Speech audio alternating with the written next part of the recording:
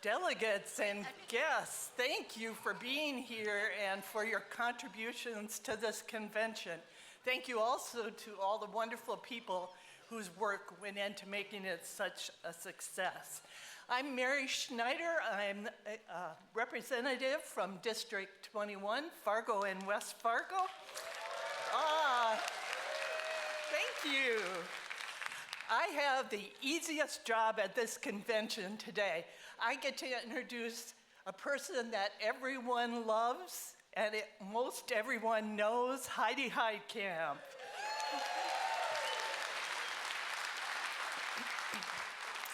I know you're hungry and she knows too, so I've agreed to shorten up her list of many accomplishments.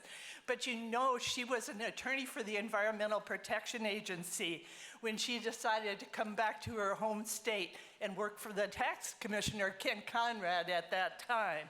When he moved on to Senate in 1986, Heidi was appointed to take his position, and then she ran for our tax commissioner, where she served from 1986 to 1992. Now, she won that position, folks, with 66% of the vote. Can you imagine? Let's bring that back, huh? Heidi was our Attorney General, as you know, from 1992 to 2000. Those elections she won with 62% and 64% of the vote. And she had many achievements as Attorney General. And you might remember she was the one who brought home the tobacco settlement. She took on big tobacco and brought in millions of dollars for North Dakota. Heidi was North Dakota's second woman in the Senate from North Dakota, but she was the first elected senator from our state. Before her served our friend Josie Burdick, who was appointed to the position. But when Heidi moved into the Senate in 2012, she had amazing achievements and a long list of accomplishments, many of them against all odds and despite many challenges. Since then, Heidi has continued her trail of successes and of service. You've probably seen her and heard her insights on CNBC and TV, and hopefully if you haven't heard her podcast, Hot Dish, you will be able to do that as well. There's a thing to scan in your programs and give it a shot. She was a visiting fellow at Harvard's Institute of Politics, an extraordinary achievement. And in 2019, Heidi co-founded and launched One Country, an organization aimed at helping Democrats connect with rural voters in many ways. In addition, Heidi was director of the University of Chicago Institute of Politics, wrapping up that very prestigious position in just November of last year. Heidi's not only been a finalist for Secretary of Agriculture, she's been a finalist under two administrations, both Trump and Biden's. That's an amazing accomplishment.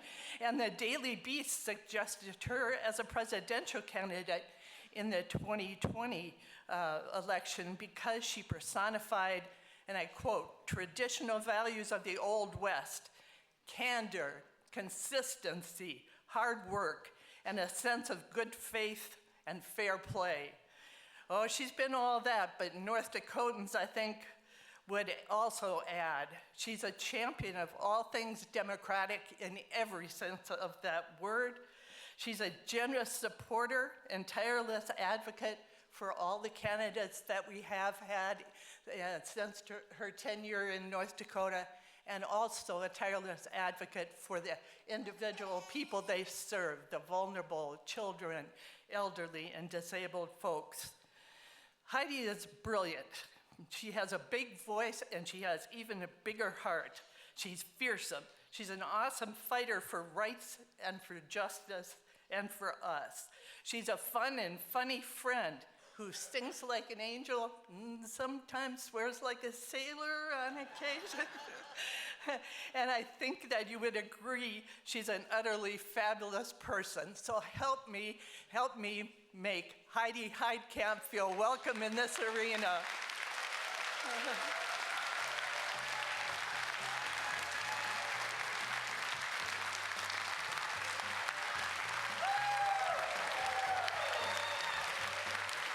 Hello, Dem-NPL! Okay, before I get into my comments, I'm going to take you back. For some of us, we were there when a young governor from the state of Arkansas came to the Democratic NPL convention, and we all heard him and we said, someday that guy is going to be somebody, right? Going to be somebody. Today, you heard somebody who's going to be somebody. Stand up, Mayor. Take another bow. What a great speech. What a great speech.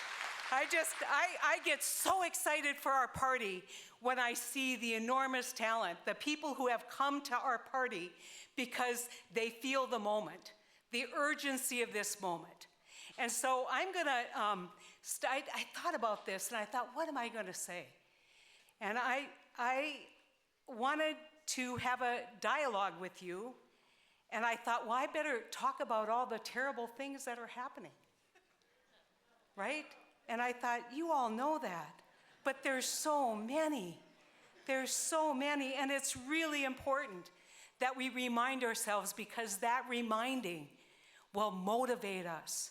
That reminding will remind us every day why you sit in this room, why you dedicate your time to your neighbors, why you do the things that you do. So let's just start out. Undeclared wars. Undeclared wars. Search and seizures without judicial warrants. Think about that.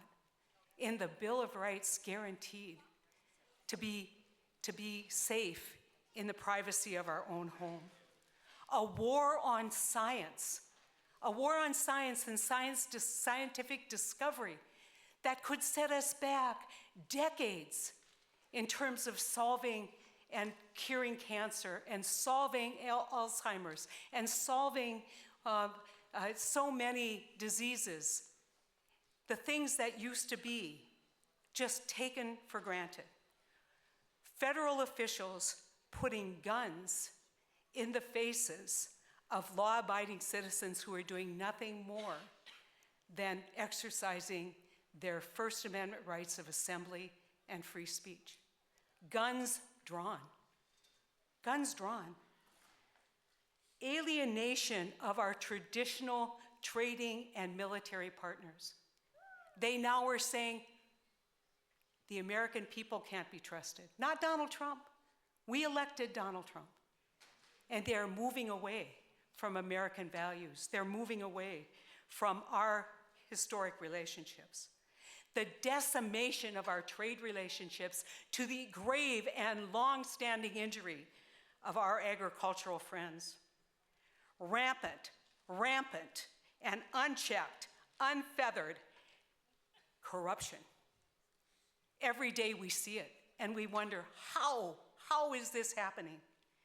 The dismantling of protections for our environment. You know, Mary just told you one of my first involvements was in the environmental movement, because you know what? You couldn't see across the street in LA. You couldn't drink or eat the fish out of the Great Lakes. There were landfills exploding. And guess what? We, the people, stood together and we brought the changes about that solved that problem. Now we're stepping back. Now we're retrenching. And the protection of pedophiles. The protection of pedophiles. We're more worried because they're powerful. We couldn't possibly talk about or expose these files because it would take down, as Pam Bundy said, it would take down the country. The demonization of people who do not look or love the way MAGA wants them to. And that is just scratching the surface. But I know I don't need to remind all of you. You all rage scroll in the morning. You get up, what happened overnight? What happened? What happened? and you all shake your head at the level of destruction. Whether it is the East Wing of the Capitol or the Kennedy Center, but more importantly, the destruction of the connective tissue of our country, the respect that we have for each other, the demands that we have that we treat each other with civility. We are told that we must hate and distrust and fear our neighbors if they don't think like we do, and certainly if they don't think like the president. But if you were not outraged and terrified by all of this, guess what? You wouldn't be here. You would not be here on this great March day, great sunny day, but you are here. You are here because of who you are. So who are we? We are patriotic Americans. Don't let anyone take that flag away from you. It belongs to you. You're patriots.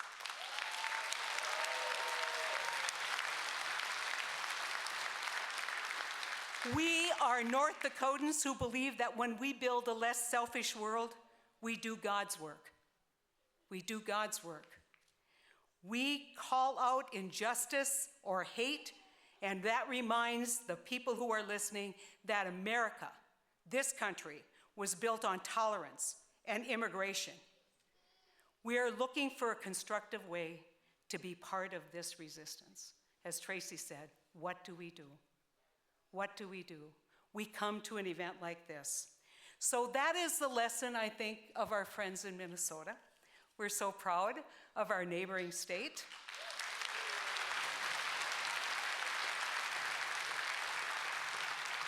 Minnesotans saw the government doing things in their name. The government does this in your name. They saw these things in their name, and they took to the street. They took to the street with whistles. They donated food and rides, and they recorded injustice and cruelty. And yes, they even did this at the expense of their lives. Alex Preddy and Renee Good always say their names. We owe them that for what they did for our democracy. They are martyrs in this movement. Say their names. Minnesotans did all of this for love of their country and their fellow Minnesotans. They insisted that government do better. And now that the so-called siege in Minnesota has abated, remember, it will be deployed someplace else.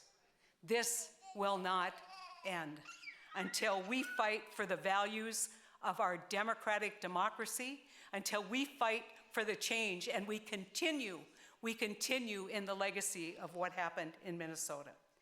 So I have stopped being shocked by the administration's corruption and callousness. There is no bottom. How many times have you woken up and said, well, this has got to be it? My God, they can't be getting by with that. Whether it's their cryptocurrency graph, whether it is, taking oil from Venezuela and putting it in some kind of bank account, I don't even know what the hell they're doing. But we know there is no bottom. The only bottom that is possible is the one we create with our activism, with our hard work, with our commitment to a better day. The brave Minnesotans prove that we are not powerless and that we do not have to sacrifice our values in the fight for political change.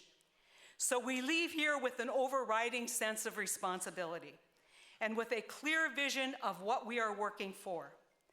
I want to tell you, and this is a story that belongs to so many people in this room. Most of you were here with me when I was nominated in 2012. And we went out gleefully, said, we'll give her a go, we'll try it. May not work out, but I said to myself, what's the worst thing that'll happen? I drive around North Dakota, say hello to North Dakotans, get to know the state again, and don't win. That's okay. But I got a lot to say. And so I went out with all of your help, and I built a campaign. And against all odds, I won. I won an estate. That belongs to you. That belongs to you. And winning was just the beginning for me. And I'm going to tell you this story because I don't know that I've ever had a chance to say thank you this way. The routine in the Senate is you preside over the Senate, and you know, if you're a newbie, that sounds really glamorous. It's the grunt job, trust me. And so all the newbies get to do it, and it was my turn, first time I presided over the Senate. And you gavel in, and then the routine is there's a prayer, and you turn around, the presiding officer turns around and says the Pledge of Allegiance. And I remember thinking, don't forget the words. Don't forget the words. And I turned around and I started saying the Pledge of Allegiance, and I almost didn't make it through. Because it finally hit me that a girl whose dad was a seasonal construction worker and mom was a school cook, 7 kids in 9 years, small town of 90 people, that person, because of the grace and the hard work of this party and the willingness of the voters of North Dakota, was standing in the United States Senate as a United States Senator.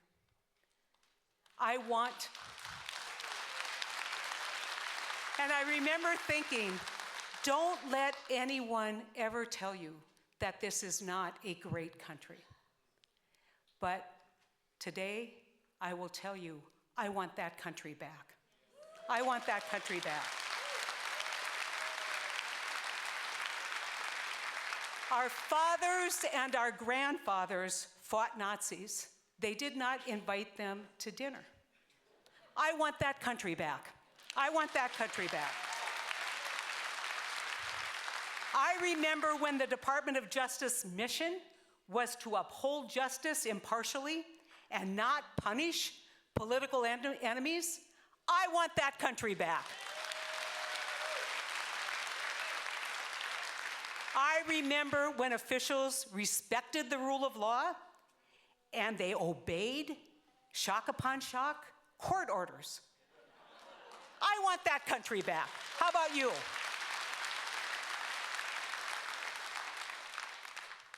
I want a country where our elected leaders do not openly and knowingly lie to the American citizens.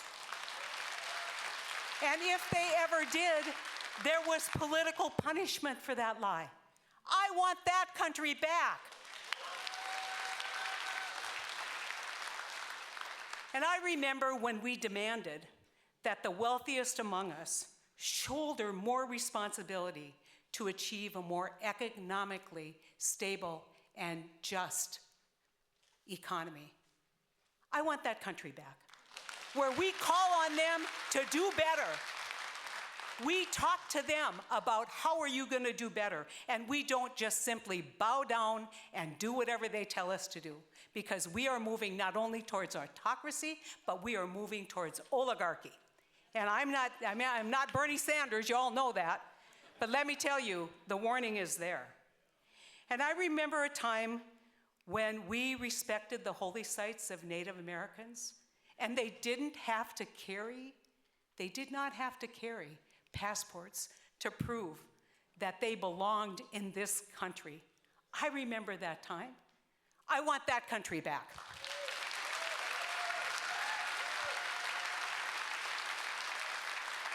And I remember when it was unchristian and really blasphemy for a political leader to be depicted as a god. I want that country back. You know, we could go on and on and on. But that brings us to us and this gathering. The primary duty of an opposition party in a democracy is to hold government accountable, is to hold the majority accountable. And of course, that means the North Dakota legislature, it means our congressional delegation, and it means our president. And I know you all have been doing the hard work, because you're here. So let's see a show of hands. How many of you have written a letter to the editor? All right. How many of you have marched in a No Kings March rally? How many of you have talked to your neighbors? Tried to understand. There, amen. Keep your hands up. That's a tough duty, to talk to your neighbors. Not the ones who agree with you, but the ones who disagree with you. And find out, why do they think the way they do? And instead of judging, try and persuade. That's our job. Our job is to persuade. Our job is to influence. Our job is to move this country forward. But the most and uniquely important duty of the Dem-NPL is to hold North Dakota's elected office holders accountable.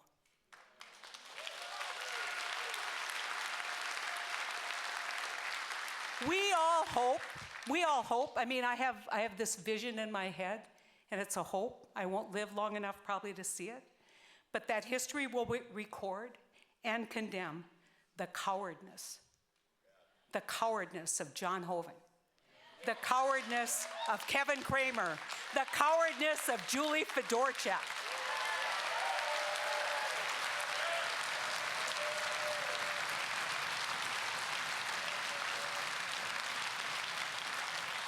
But we cannot wait for the sands of time to pass that judgment. The peril is too great and the waters too troubled. I long for a time when we were simply debating the really tough, difficult policy issues. That is not today. As much as these three elected officials would like it to be that this is just about policy, we know it's not. It is about a failure to do your constitutional First Amendment duty. It is a failure of leadership, but it's a failure of your oath of office.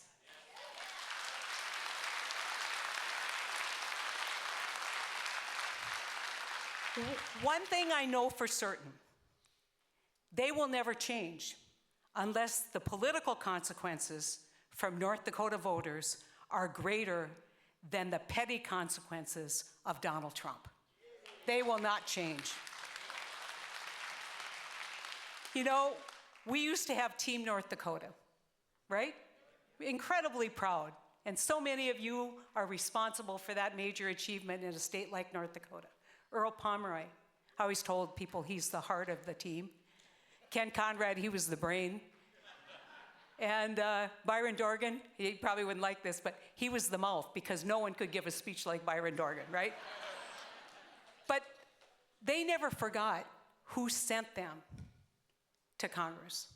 They never forgot what their priorities were. They were Team North Dakota, and that meant Team North Dakota people. That's who we sent to Congress. We have a new team in Congress, and they're Team Donald Trump. They're Team Donald Trump, even when it hurts our state and our country. So it is our job to persist in exposing this hypocrisy and this cowardness of our delegation. And I want you to think and remember, it does matter. What we do here and what we do for the next 5 months matters, not just to North Dakota, but it matters in this country.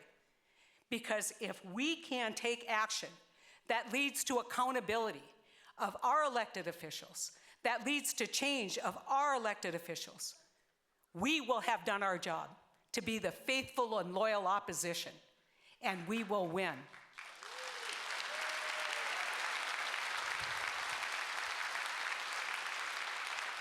I'm recently constantly reminded of the words of Martin Luther King. The ultimate tragedy is not the oppression and the cruelty of bad people, but the silence over that of the good people. We in the Dem-NPL will not stand silent. We will call out corruption. We will call out behaviors that are unfitting of our elected officials, unfitting as representatives of the great state of North Dakota and the people who live there. We will stand on the wall. We will be the vanguard of this resistance. and we will defend against any disenfranchisement of any American, any imprisonment unlawfully of any American. We will proudly stand in defense of our democracy and our state. We will stand.